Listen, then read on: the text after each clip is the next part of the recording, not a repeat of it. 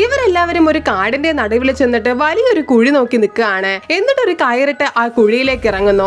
ആ കുഴിയാണെങ്കിൽ വളരെ പുരാതനമായ ഒരു ഗുഹയായിരുന്നു. അപ്പൊ ഇറങ്ങിയവൻ ആ ഗുഹയ്ക്കുള്ളില് ഒരു ബട്ടണിൽ ചവിട്ടിയതും ഗുഹയുടെ സൈഡിലുള്ള ഒരു ഗേറ്റ് ഓപ്പൺ ആകുന്നു. ഉടനെ അവൻ പേടിച്ച് വളരെ അലേർട്ടായിട്ട് നിൽക്കുകയാണ്. എന്നിട്ട് ആ ഗേറ്റിനുള്ളിൽ നിന്ന് എന്തോ വരുമെന്ന് വെച്ച് നോക്കി നിൽക്കുന്നു. സംഭവം അവിടെ ഒരു ജയിന്റ് അനാക്കൊണ്ട പാമ്പുണ്ടായിരുന്നു. അതാണെങ്കിൽ അവനെ കണ്ട് വായ തുറന്നു വരാണ്.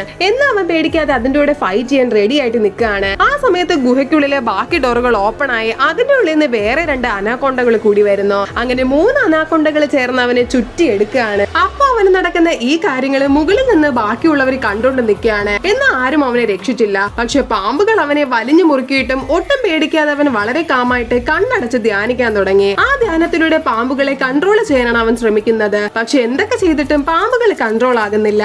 ആ സമയത്ത് ഒരു പാമ്പ് ആക്രോശിച്ച് അവനെ കടിക്കാനായിട്ട് വരുന്നു. പെട്ടെന്ന് അവൻ അവിടെ നിന്ന് ചാടി മാറുകയാണ്. അപ്പൊ തന്നെ മറ്റൊരു പാമ്പ് അതിന്റെ വാല് വെച്ച് അവനെ അടിക്കുന്നു. അങ്ങനെ അവൻ പറന്നൊരു തൂണിലിടിച്ച് തറയിൽ വീഴാണ്. അപ്പൊ തന്നെ ബാക്കി പാമ്പുകൾ വന്ന് അവനെ ചുറ്റുമുറുക്കി കടിക്കാൻ വരുന്നു. അങ്ങനെ എല്ലാം തീർന്നെന്ന് വെച്ച് നോക്കിയാല് മുകളിൽ നിന്ന് ഒരു പെണ്ണ് ചാടി വന്ന് പാമ്പുകളെടുത്ത് ഫൈറ്റ് ചെയ്ത് അവനെ രക്ഷിച്ച് മുകളിലേക്ക് കയറി പോകാൻ പറയുന്നു. എന്നിട്ട് അവള് പാമ്പുകളുടെ നടുക്കിൽ നിന്നൊരു മന്ത്രം ജപിക്കാൻ തുടങ്ങി. ആ മന്ത്രത്തിലെ പാമ്പുകളെല്ലാം അവളുടെ കൺട്രോളിൽ വരുന്നു.